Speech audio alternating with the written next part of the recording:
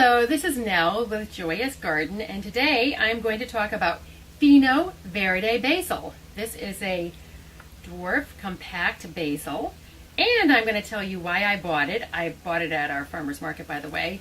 I'm going to show you how I'm going to pot it up, and I'm going to also tell you what it needs.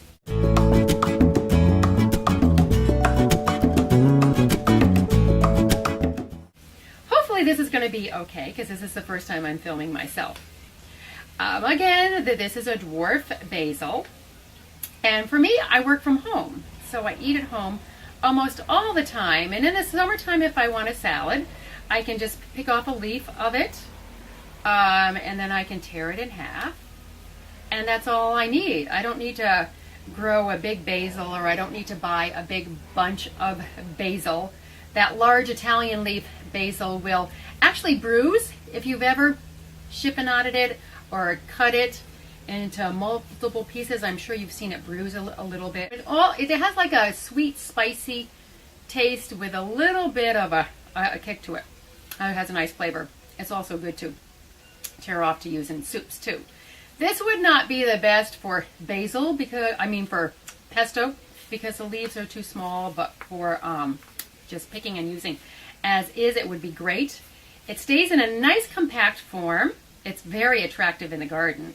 It only gets about 1.5 feet by 1.5 feet, and it's compared to that larger leaf, taller basil, which can blow over or go down in the rain. This one stays nice and it keeps its shape.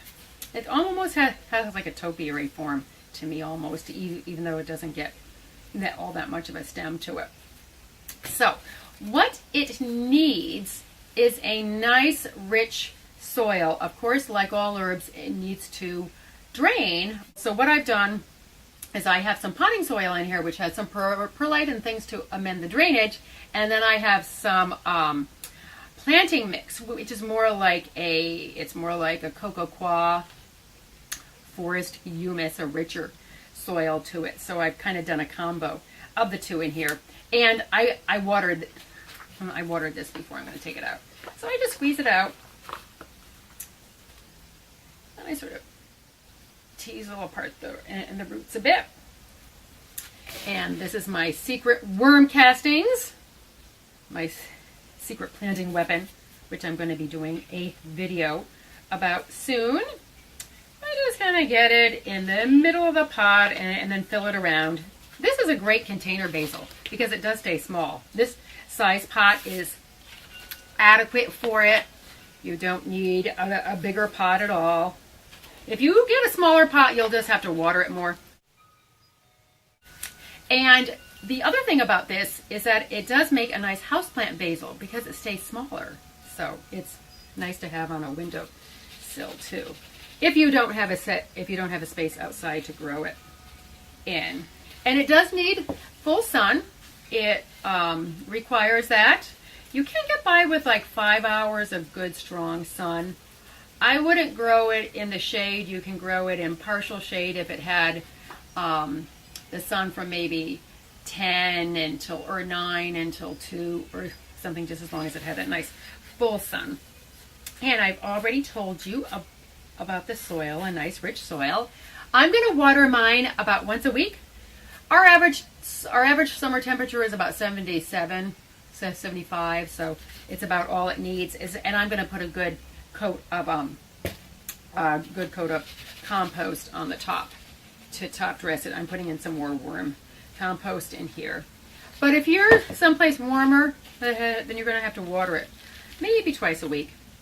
And also too, because it's in a clay pot. I don't know if you know, but clay pots are porous, so they will dry out faster. And now I'm going to leave a little bit because I'm going to put a nice inch or two of the compost on top of here. And insects. They are subject to aphids, but what you can do is just take your garden hose and gently hose it off. Don't like spray it because that could cause the plant to go down. But that's about all that needs. And another thing that the grower told me is that when it flowers, you want to cut the flowers off, because once they flower, I do know this about basil, once it flowers, it'll bolt, and then that's it for that stalk. But for this one, she said to cut it back almost to like here, if it's flowering. And then that way, more flowers are not going to appear right away, because if you just pinched off the flowers, then more flowers could appear very, very soon after. And then, of course, you can use this here. So that is all I'm going to tell you about this fine little basil, because I believe that's all you need to know. It's a really pretty, attractive plant. Actually, a border of it would be beautiful in the garden too. And as usual, there is a blog post down below to go with this video, so be sure and check that out too.